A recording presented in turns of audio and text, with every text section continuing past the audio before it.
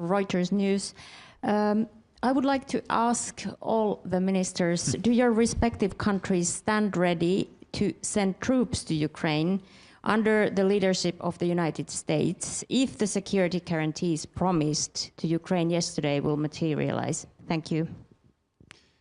The next question from here. Yeah, hello, Jesper Tobo Carlsen from Politiken in Denmark. Some of you mentioned the General Assembly next month in New York, and it seems that 4 of you going into that assembly are in favor of recognizing a Palestinian state. The Danish government has come out against that. Finland, I'm not quite sure, I'm not an expert on Finnish politics, but maybe as a question you can inform me, Minister, what the Finnish position is, and have you discussed this, and is there a Nordic position? Have you come closer to a Nordic agreement on this issue? Just to clarify, are you addressing one or all ministers? Well, this is, I guess, a question for the Finnish minister, okay. Since it would take too much time. Okay, thank you very much. All of you. And then last question from here.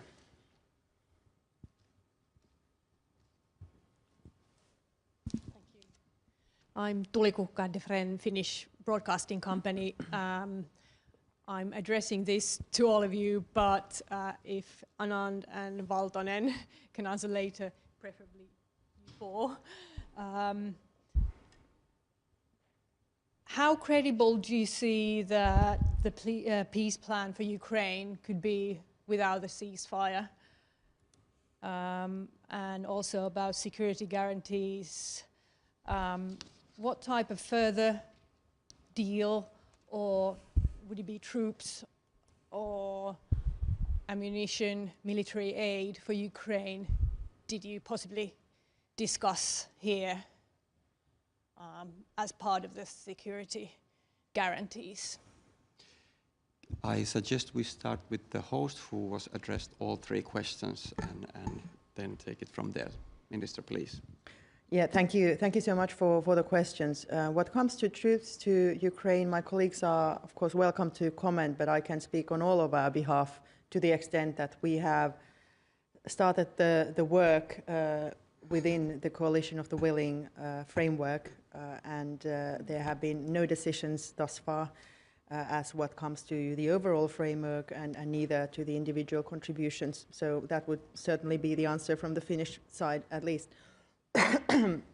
Sorry. Then what comes to the question of Palestine and the Middle East, 2 things. We of course discussed this in very strong detail and to great depth. We agree. The first thing is of course that this immediate situation which is unfolding in Gaza, and which unfortunately has been unfolding for too long, has to come to an end. And I should add, not just in Gaza, but especially in the West Bank, which is happening a little bit under the radar. Israel is extending its settlements, which to begin with are against international law, and also settler violence has increased. So this is really the right time to not just address the acute problem of not enough humanitarian aid, of really human suffering across the Gaza Strip, but also the suffering of the people who are robbed of their lands and their possibilities to create their future. Now, the second thing is political process towards a 2-state solution. Finland, just like everybody here, is a strong promoter of the 2-state solution, and we don't see any other possibility for a lasting, peaceful future in the Middle East, other than solving the conflict between Israel and Palestine according to the 2-state solution. And now we not only salute, but also strongly contribute and participate in the work which has now led to a conference already in New York a couple of weeks ago on the 2-state solution, on finding parameters within the international group of countries what would in practice imply, or what would be the requirements for, in practice, putting together the two-state solution on both sides, securing the future and the security for Palestine, but also the same for Israel.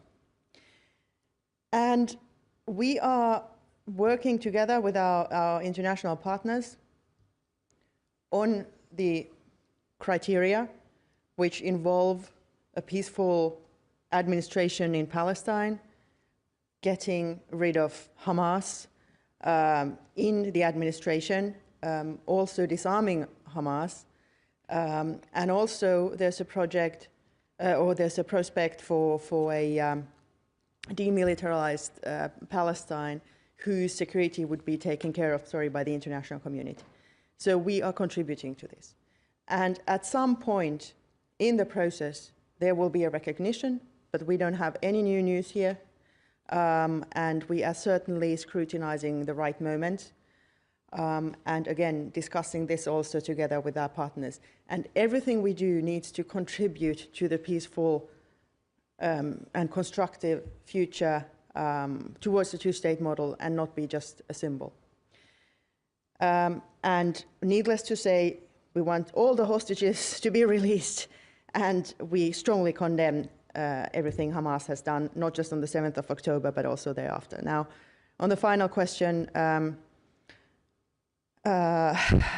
you asked whether the peace plan can be credible if there's no ceasefire. Well, I would say it this way: there's no peace plan if there's no ceasefire, because you wouldn't have peace if there wasn't,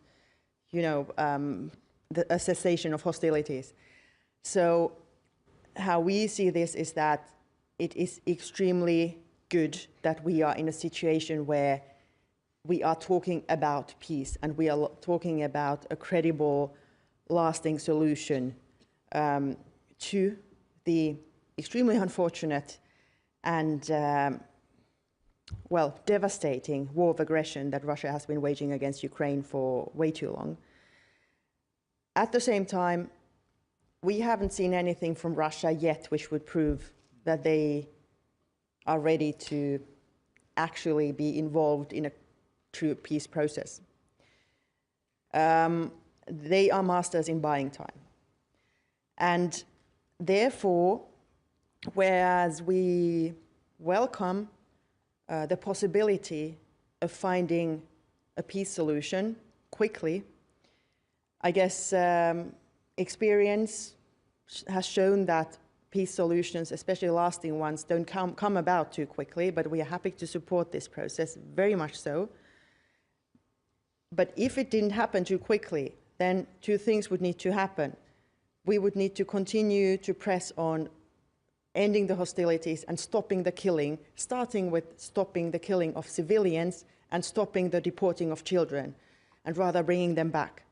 And the second thing is, if this doesn't happen, we need to add pressure on Russia in any possible way. Thank you. Thank you. Next, I will offer the possibility to answer to Minister Anand, please. I will speak about the Ukraine question, if I could, just to add to what Elina has said, but adding the Canadian perspective, if I could.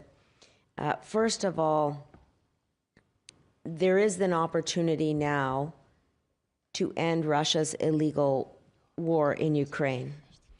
And as I said, security guarantees are essential to any just and lasting peace. The idea of a security guarantee, however, is not new this week.